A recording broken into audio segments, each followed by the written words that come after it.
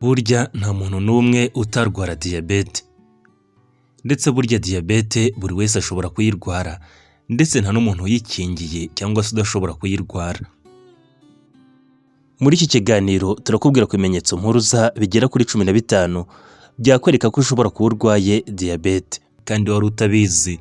Ni ibimenyetso ahanini bikuburira bikabwira ko isukari yo mu maraso yazamutse kandi ko ushobora kuba urwaye uburwayi bwa diyabete. Diyabete ni indwara iri koronike, ni indwara idakira rwose kandi ifata amamiliyoni y'abantu hano ku isi. Ndetse hirya no hino ku isi, ishami ry'umuryango w'abibumbye ryita ku buzima rivuga ko indwara ya diyabete yagiye yongera muri iyi myaka. Ahanini bigaterwa n'impamvu zitandukanye zirimo n'uburyo bw'imibereho tubamo mu buzima bwa buri munsi cyangwa se ibyo tubamo mu buzima bwa buri munsi. Niyo mpamvu rero kumenya ibimenyetso bya diyabete ari byiza, kubera ko iyo diyabete wayimenye hakiri kare utangira imiti iyivura, ndetse icyo gihe n'ubuvuzi bwayo ntabwo buba buhenze cyangwa se bugoye. Burya diyabete rero iyo yatinze kuvugwa, hari ibindi bintu igenda yangiza mu mubiri, ndetse igatera na komplikasiyo nyinshi bigorana kuzivura cyangwa se kuzimanaginga, kuzirinda. Reka rero turebere hamwe uburyo diyabete yandura, ibimenyetso byayo mpuruza bigera kuri 15, turebe n'uburyo wayirinda muri kino kiganiro.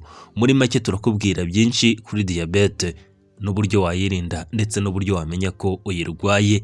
Yewe n'icyo ushaka kubaza cyose ucyandike ahagenewe kujya comment. Wanakora subscribe niba aribwo bwa mbere ugeze kuri iyi channel. Mbere yuko tuvuga ku bimenyetso bya diyabete, ubundi diyabete ni iki? Diyabete ubundi ni indwara y'igisukari nk'uko benshi bayita. Diyabete burya iterwa no kuba umusemburo witwa insuline utarimo gukora neza cyangwa se udahagije mu mubiri. Insuline ni umusemburo ugabanya isukari ndetse ukayishyira mu kigero cyiza, ndavuga isukari yo mu maraso yageze mu maraso. Diyabete rero iri mu byiciro bitatu. Hari diyabete y'ubwoko bwa mbere cyangwa se diyabete mellitus type 1. Ikaba ari diyabete ahanini iterwa no kuba umubiri wawe udafite umusemburo wa insuline uhagije, cyangwa se utawukora, cyangwa se umubiri wawe udakora uyu musemburo witwa insuline. Twavuze ko insuline ari umusemburo ufasha umubiri mu kuringaniza ndetse no kugabanya isukari mu maraso ku buryo isukari ihora mu kigero cyiza. Muri make ni umusemburo kurinda diyabete. Hari diyabete yo mu bwoko bwa kabiri. Akaba ari diyabete ahanini umuntu ashobora kurwara nyuma, ariko iriya ya mbere yo umuntu ashobora kuyivukana. Diyabete type 1 cyangwa se diyabete yo mu bwoko bwa mbere n'umuntu ashobora kuyivukana. Diyabete yo mu bwoko bwa kabiri ni diyabete ahanini umuntu arwara ari mukuru, ndetse zigaterwa n'impamvu zitandukanye. Iyo bivuze ko umuntu afite umusemburo wa insuline ariko udahagije, cyangwa se umusemburo wa insuline we udakora. Ibi rero bigatuma isukari yo mu maraso izamuka kubera ko uba udahagije ngo ubashe kwigabanya. Hari diyabete rero ya gatatu, yoza ku mwanya wa gatatu, ariyo diyabete umuntu ashobora kurwara mu gihe atwite, banayita gestational diabetes. Ikaba ari diyabete ahanini iza ari temporary cyangwa se idahoraho, iyatewe no kuba utwite. Ahanini ikaba ari diyabete iyo nyuma yo kubyara, umaze kubyara nyine iragenda igakira. Ariko umuntu wayirwaye ahanini aba afite ibyago byo kurwara diyabete yo mu bwoko bwa kabiri, ari nayo diyabete mellitus type 2. Muri rusange rero ubwo ni ubwoko bwa diyabete butandukanye, ariko bwose bugahuriza ku kuba hari umusemburo wa insuline udakora neza, udahagije, cyangwa se nta nawo ufite. Muri rusange byose bihurira ku isukari, akaba ari nayo mpamvu diyabete yitwa indwara y'igisukari, kubera ko umuntu uyirwaye aba afite isukari nyinshi mu maraso, ari nabyo bigenda bimutera ingaruka zitandukanye. Burya isukari nyinshi mu maraso ni mbi. Ishobora kwangiza amaso yawe, ikangiza uduce tw'imbere mu maso ku buryo ushobora kuba impumyi. Ishobora gutera ibibazo byo kwangirika kw'imitsi itwara amaraso, ukibasirwa n'indwara z'umutima. Ishobora no kwangiza imyakura yumva, ugasanga nabwo ibibazo by'imyakura yumva urabihoranye cyangwa se biranakwangije. Ishobora no kwangiza ibindi bice by'ingenzi cyane mu mubiri, birimo nk'impyiko, ubwonko ndetse n'ibindi. Reka turebere hamwe rero ibimenyetso mpuruza by'indwara ya diyabete ukwiye gukurikirana hakiri kare niba ubifite ugatangira kwivuza cyangwa se ukayisuzumisha. Turagenda tubivuga uburyo bigenda bikurikirana, tukubwire no mu gihe diyabete yaba yarakurembeje ibimenyetso ushobora guhura nabyo. Muri rusange rero abantu benshi bamaze kurwara diyabete cyangwa se barwaye diyabete, niyo baba batabizi bagira ikimenyetso cyo guhorana imyota, guhora umva ushaka kunywa amazi cyangwa se ufite inyota nyinshi, bakita polydipsia. Ni ikimenyetso ahanini kigaragara ku bantu bose bafite uburwayi bwa diyabete. Kikaba ari ikimenyetso giterwa no kuba isukari yo mu maraso yazamutse. Icyo gihe impyiko ziba zikora cyane kugira ngo zibashe kuyungurura ndetse no kugabanya ya sukari yo mu maraso. Ibi rero nibyo bituma umuntu anyaragura inshuro nyinshi. Ibyo rero bigatuma uko kunyara inshuro nyinshi bigatuma umubiri utakaza amazi menshi akagira umwuma. Iyo rero ugize umwuma, umubiri utanga sinyari y'uko ukeneye amazi ahagije kandi menshi.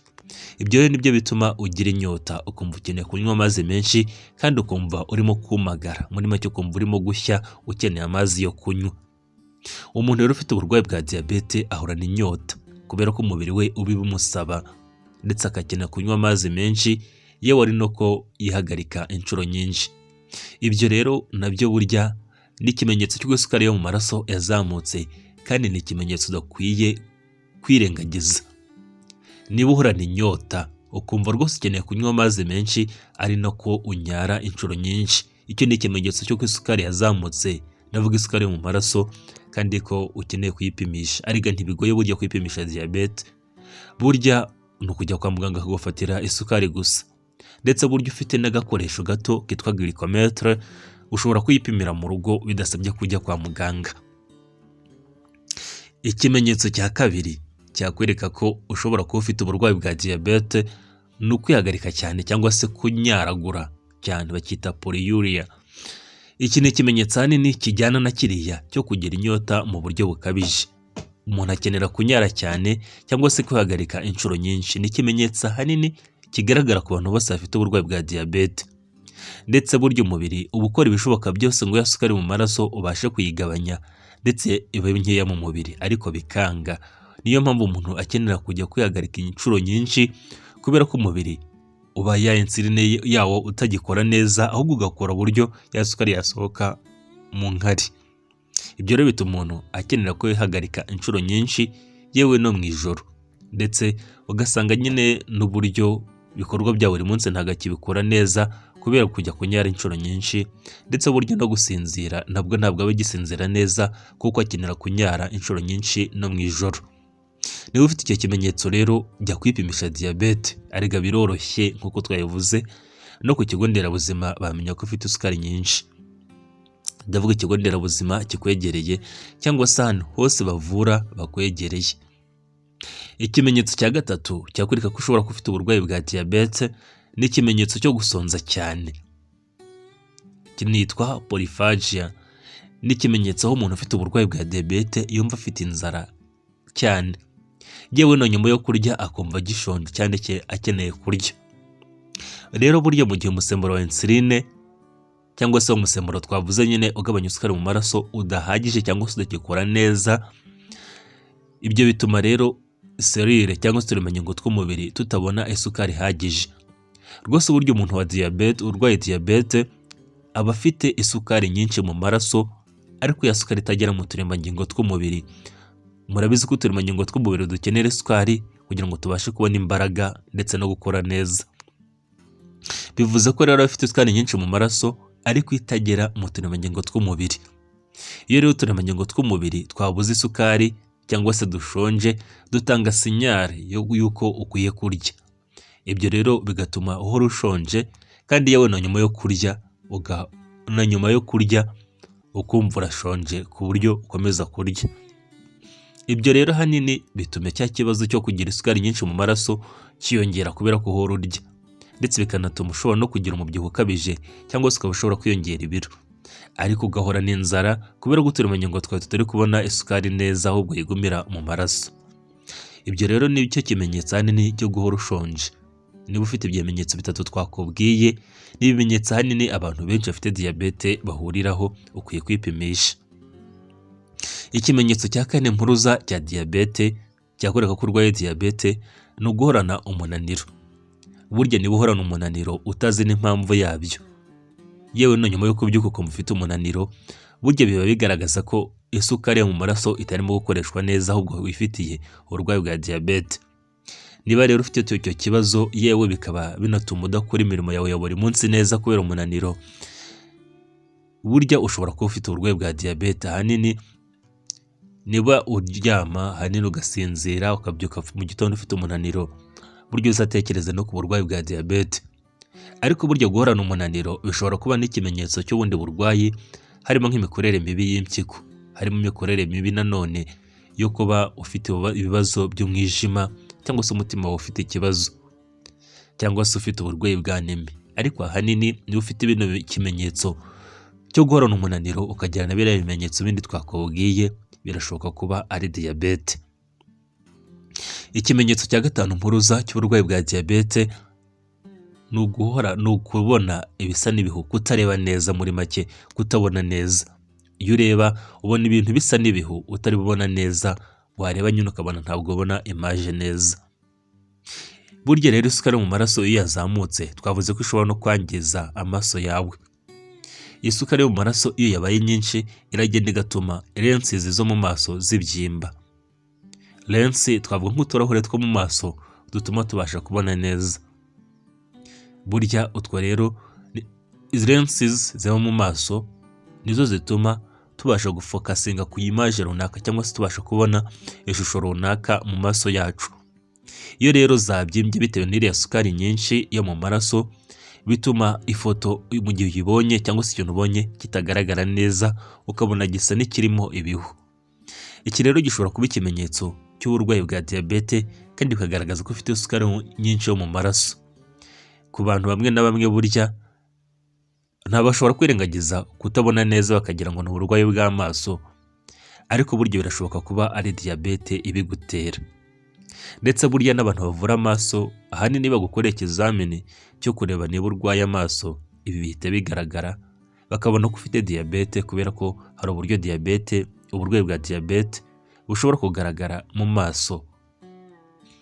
Ikimenyetso cya gatandatu mpuruza gishobora kwereka ko ushobora kuba ufite uburwayi bwa diyabete ni ukuba ushobora gukomereka, yewe n'akantu koroheje, hanyuma rero igisebe cyangwa se uruguma rugatinda gukira.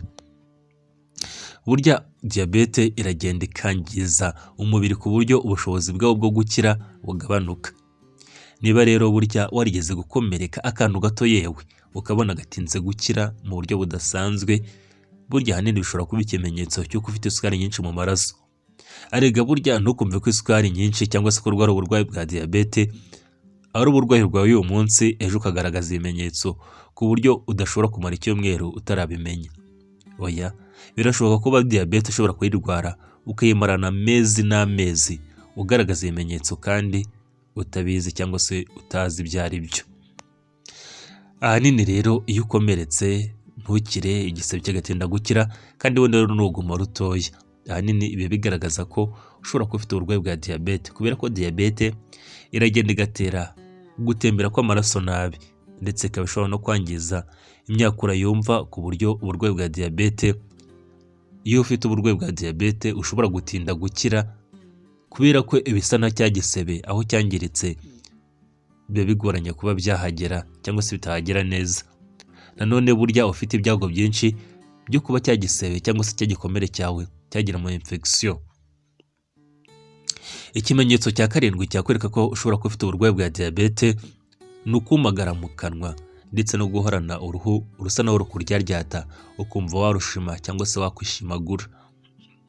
Twavuze ko uburwayi bwa diyabete bushobora gutera umwuma, ndetse ibyo bigaterwa ahanini n'isukari nyinshi yo mu maraso, hanyuma rero umwuma ukagaragazwa no kumagara mu kanwa ndetse no ku ruhu, ndetse ushobora no kubura inkari, cyangwa se ukumva nyine umwuma, murabizi uburyo wumva umeze, ukumva ukeneye kunywa amazi menshi.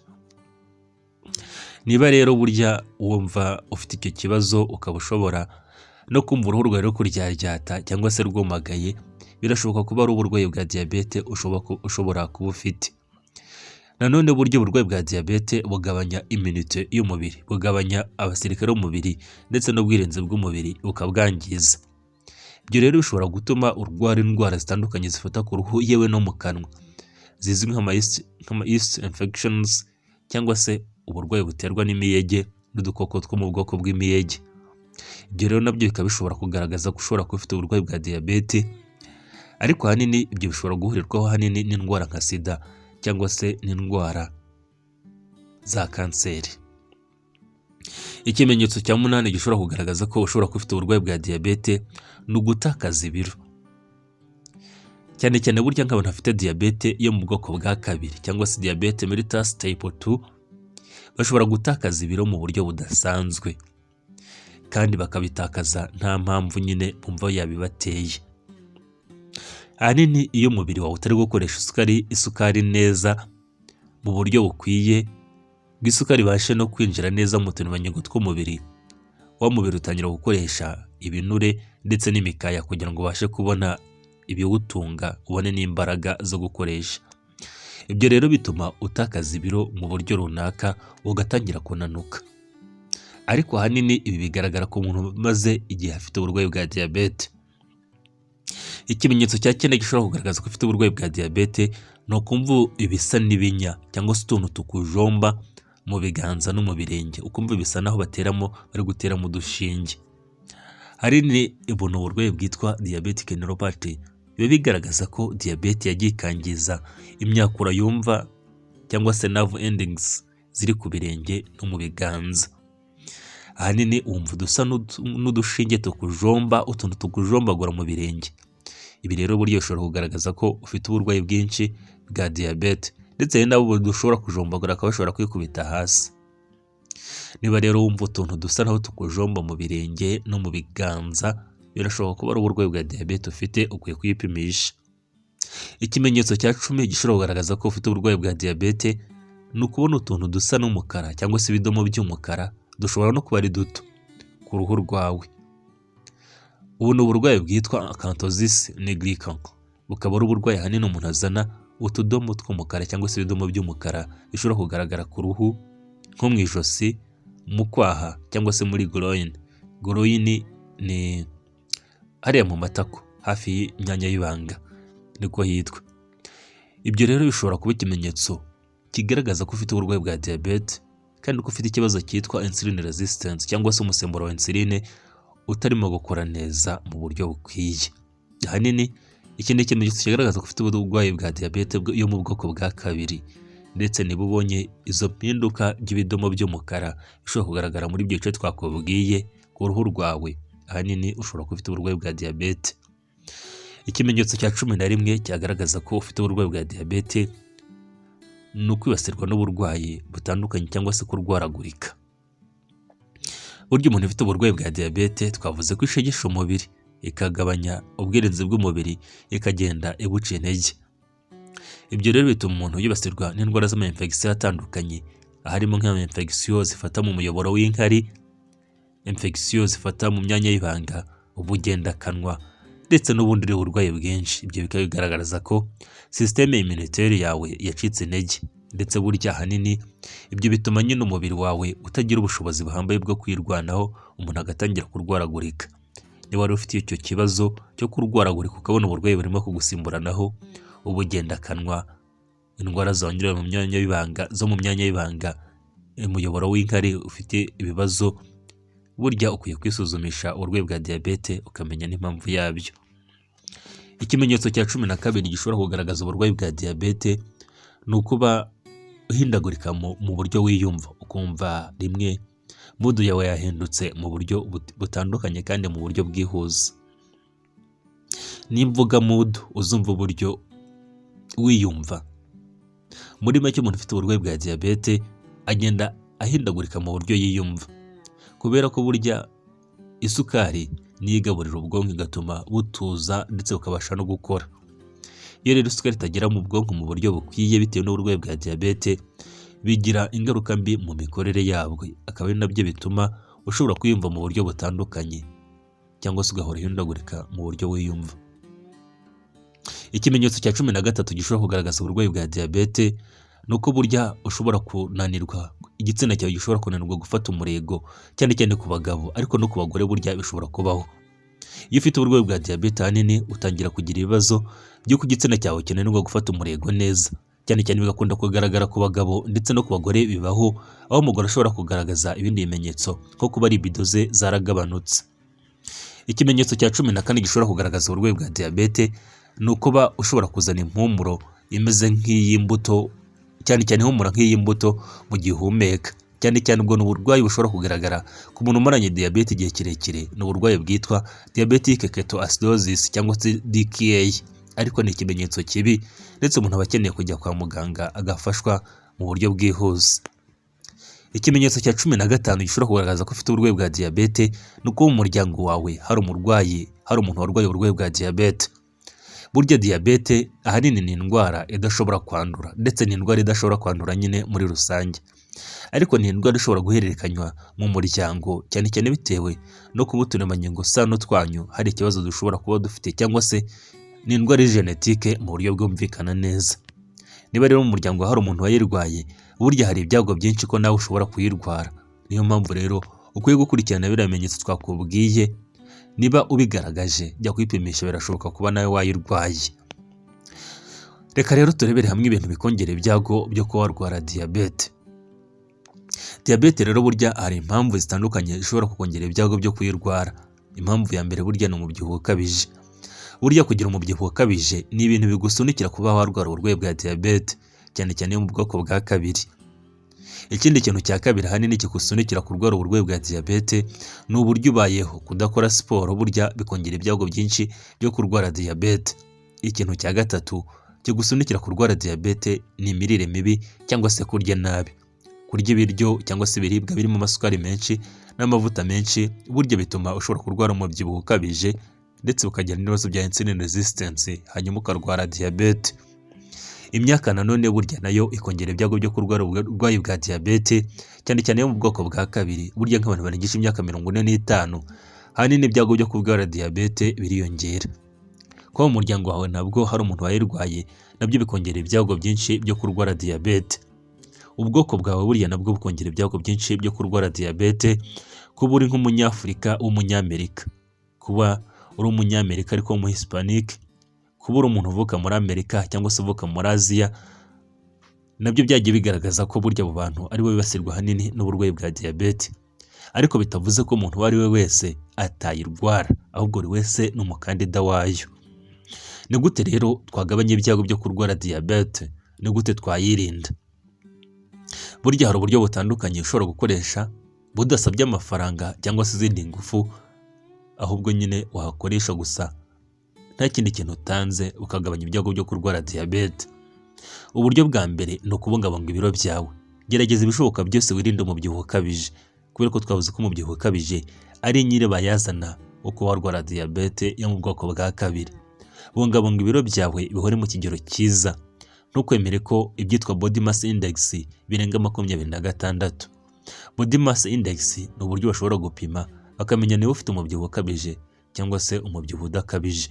Uburyo ipimwa, ufata ibiro byawe ukabigabanya uburebure bwawe ariko buri muri santimetero bwikube kabiri, wenda ukandika 1.75 ukabikuba kabiri, ukabigabanya rero ku biro byawe, ukareba rero ibyo urabona.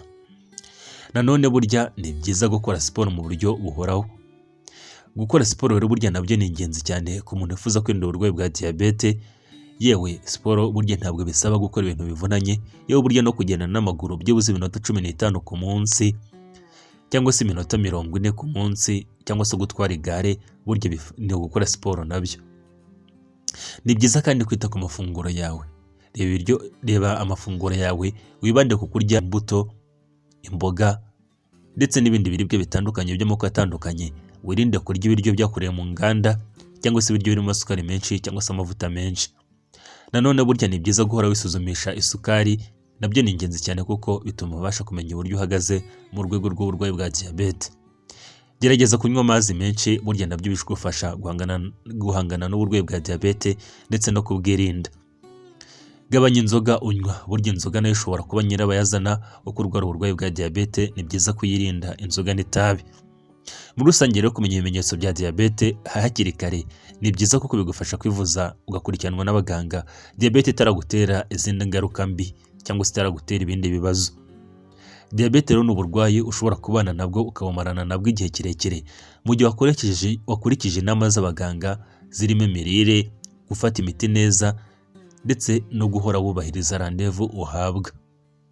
Muri rusange rero nibyo twavuga kuri diyabete. Ufite inyunganizi, igitekerezo cyangwa se icyo wifuza kubaza wacyandika hagenewe kujya comment.